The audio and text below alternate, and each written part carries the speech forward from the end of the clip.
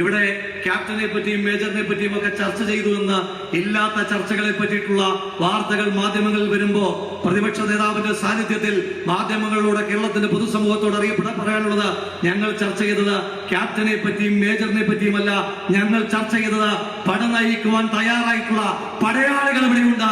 അതിന്റെ നായകൻ ആരെ എന്നുള്ളത് ഞങ്ങളുടെ വിഷയമല്ല.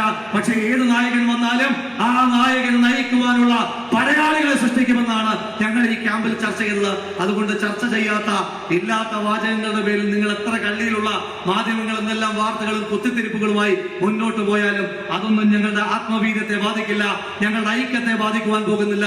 ഞങ്ങൾക്ക് ഒറ്റ ലക്ഷ്യം മാത്രമേ ഉള്ളൂ, ഈ കേരളത്തിലെ എല്ലാ വിഭാഗത്തിൽപ്പെട്ട മനുഷ്യന്മാരെയും ഏറെ കഷ്ടപ്പെടുത്തുന്ന, ഏറെ പൊറുതിമുട്ടിക്കുന്ന ശ്രീ പിണറായി വിജയന്റെ നേതൃത്വത്തിലുള്ള മന്ത്രിസഭയെ താഴെ ഇറക്കുക എന്നുള്ള ലക്ഷ്യത്തോടു കൂടിയിട്ടാണ് 2026 ആ വലിയ ലക്ഷ്യത്തിന് വേണ്ടിയിട്ടുള്ള ചർച്ചകളും സംവാദങ്ങളും അഭിപ്രായങ്ങളും അതുപോലെ തന്നെ പ്രമേയങ്ങളുമാണ് ഈ ക്യാമ്പിൽ ഉണ്ടായിട്ടുള്ളത്.